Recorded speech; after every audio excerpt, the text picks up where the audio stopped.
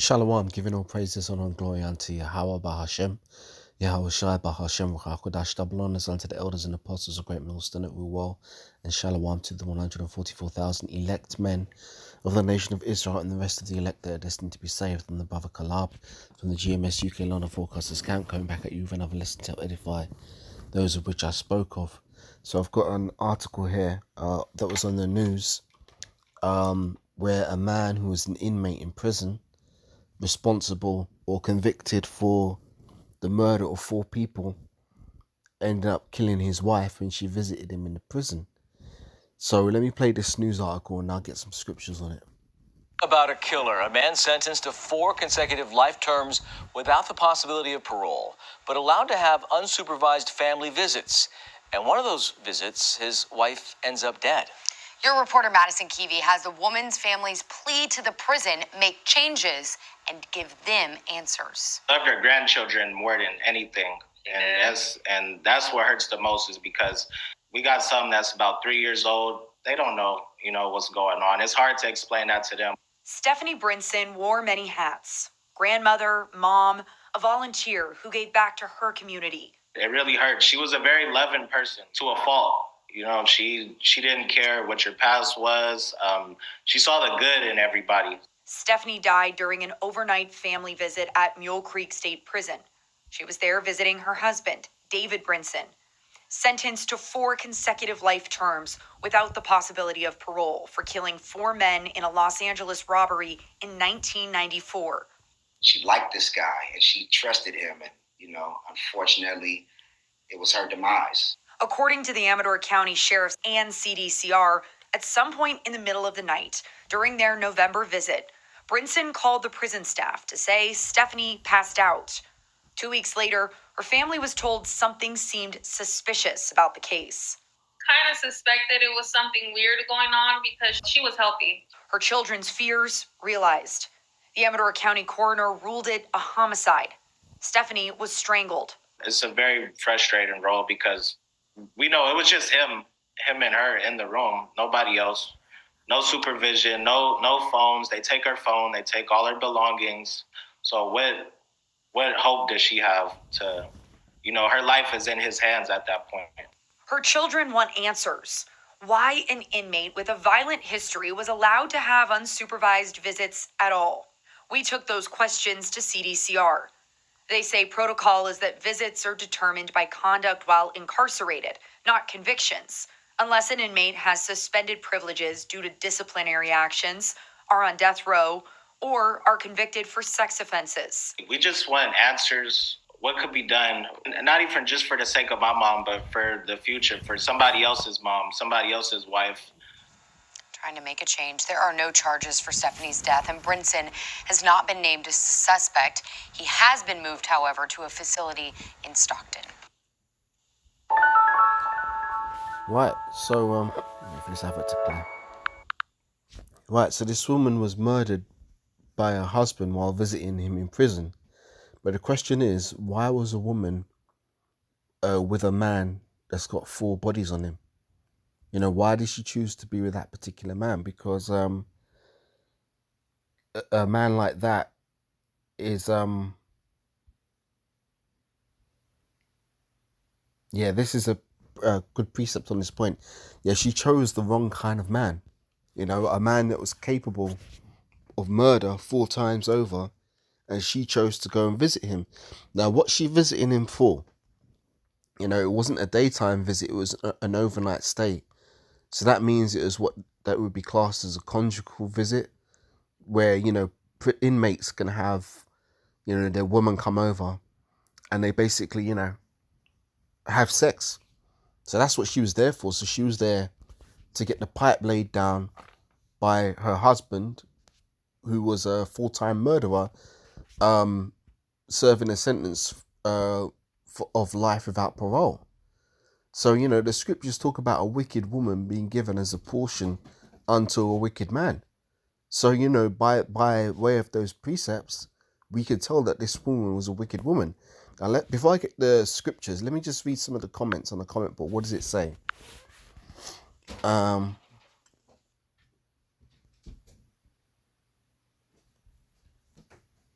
She had no business being there. He killed 4 people. She should have cared about people's past. She chose to be with a lowlife. Yep. They're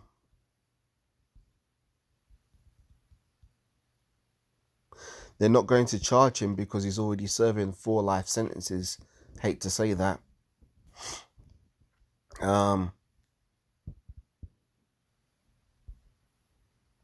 She did it to herself, just calling it what it is.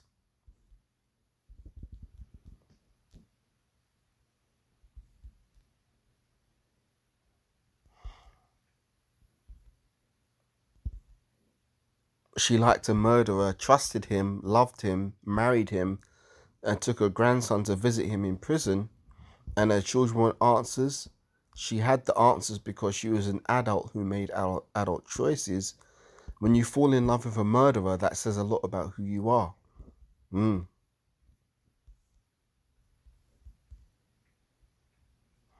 you go. I'm not understanding why they need answers. Seems like to me she wanted to die. She decided to go to prison and have sex with a man who likes killing people. There's no telling how many other people he's killed. He was in jail from 1994. He was in jail for 30 years already. Why are you so desperate? This is the best you could do. She knew what she was doing. You're a desperate woman, isn't it? She went to visit a killer. What was she expecting?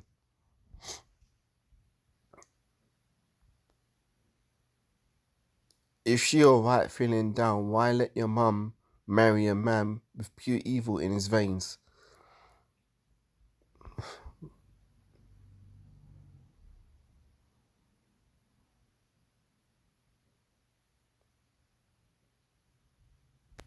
Why blame the prison? She was nice but not smart. He looked like a killer, and they have no one to blame but her. She was too old, and she should have known better. She knew who he was, exactly. The modern woman loved them bad boys. Now let me get a precept or a few precepts on this, right?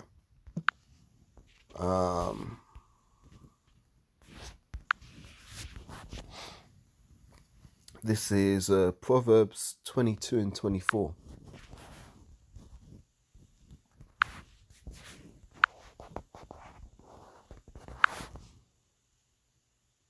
It says, make no friendship with an angry man, and with a furious man thou shalt not go, lest thou learn his ways and get a snare to thy soul.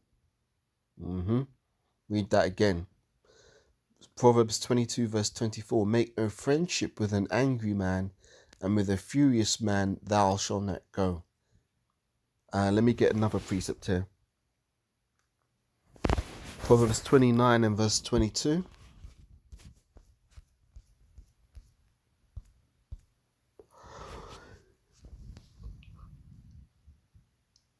Proverbs 29 verse 22 says, an angry man stirreth up strife, and a furious man aboundeth in transgression. There you go. There you go. There's more I want to get.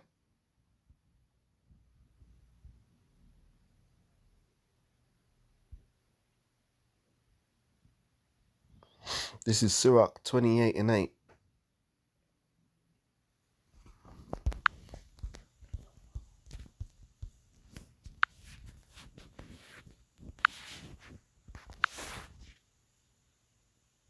Abstain from strife, and thou shalt diminish thy sins.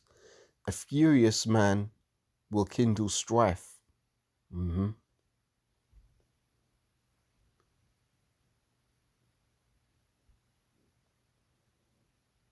Let's read some more on this.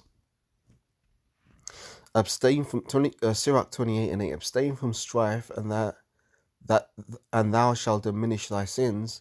For a furious man will kindle strife. A sinful man disquieteth friends, and maketh debate among them that be at peace. As a matter of the fire is, so it burneth, and as a man's strength is, so is his wrath. And according to his riches his anger riseth, and the stronger they are which contend, the more they will be inflamed. A hasty contention kindleth a fire, and a hasty fighting sheddeth blood. There you go. This is Sirach 25.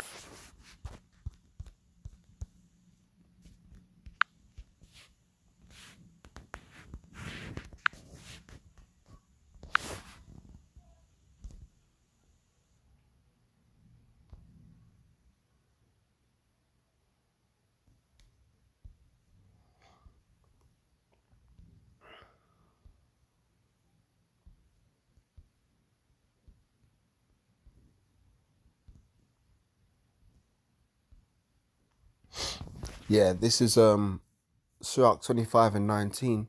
All wickedness is but little to the wickedness of a woman. Let the portion of a sinner fall upon her. That's one, but there's another one I want, which goes along the lines of a wicked woman being given as a portion to a wicked man.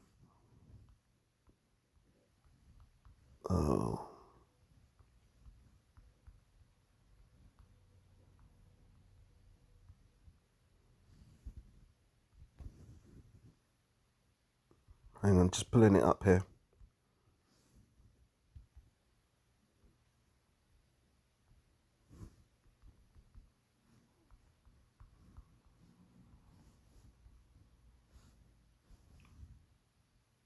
This is Sirach 26 and 23.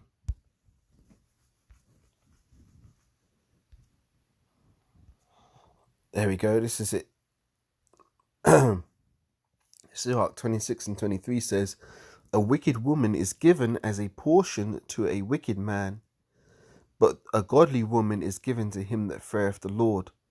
So the fact that the fact that this woman ended up with that man in prison, you know, that was a judgment from the Most High on her and for the man in the prison. And ultimately the Most High used the man in the prison to take her ass out, man. Read that again, Sirach 26 and 23.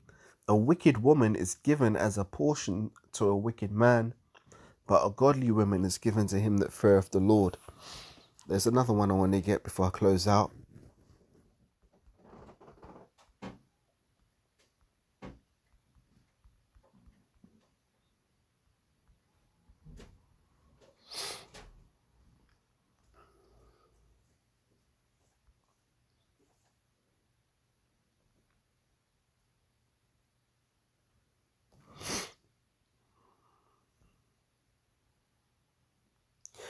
Let's read this one.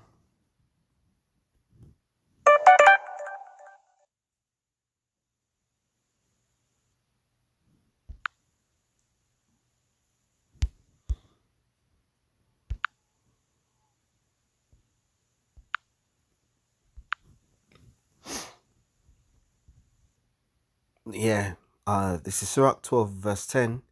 Never trust thine enemy, for like as iron rusteth, so is his wickedness. This woman trusted a man in prison for 4 murders and armed robbery, but this woman took this man to be a friend and a husband, but ultimately, you know, that scorpion that she picked up turned around and stung her. You know, that serpent that she wanted to sit next to bit her and poisoned her ass, and she's dead. Yeah, never trust thine enemy, for like as iron rusteth, so is his wickedness. Though he humbleth himself and go crouching, yet take good heed and beware of him, and thou shalt be unto him as if thou hadst wiped a looking glass, and thou shalt know that his rust have not altogether been wiped away. Set him not by thee, lest when he have overthrown thee, stand up in thy place. Neither let him sit at thy right hand, lest he seek to take thy seat. And thou at the last remember my words and be pricked therewith. Now, oftentimes we bring out these scriptures in relation to the Edomites, you know, but at the same time, you know, this could also apply to the wicked of our people, because it goes on to say in verse 13, who will pity a charmer that is bitten with a serpent, or any such as come nigh wild beasts? Now I want to jump down to verse 16. It says, an enemy speaketh sweetly with his lips, But in his heart he imagined how to throw thee into a pit. He will weep with his eyes, but if he find opportunity, he will not be satisfied with blood. So this man was a murderer, you know, and she chose to align herself with him, and ultimately that cost her her life. Let me go briefly back to YouTube and read a few more of these comments before I close out, because a lot of people are saying it's this woman's own fault.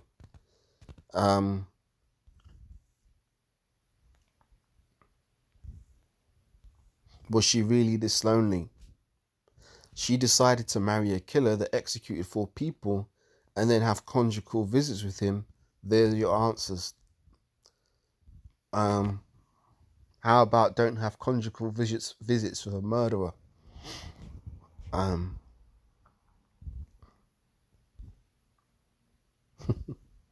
Black folk problems. Loneliness is a hell of a drug. Let this be a cautionary tale to all the young bad bitches out there thinking growing old alone is a joke. This is on the woman going to the prison to sleep with a 4-time killer husband. This is Stephanie's fault. She should have known better. The level of ignorance is insane when you really think about how she was willing to stay with a man serving 4 life sentences. You mean to tell me that she couldn't find happiness with a man who was not state property? Exactly. Are there people seriously that desperate to where they feel like the best they'll ever do is someone who's never going to experience freedom? So many questions. She's to blame for her bad decisions. Yep.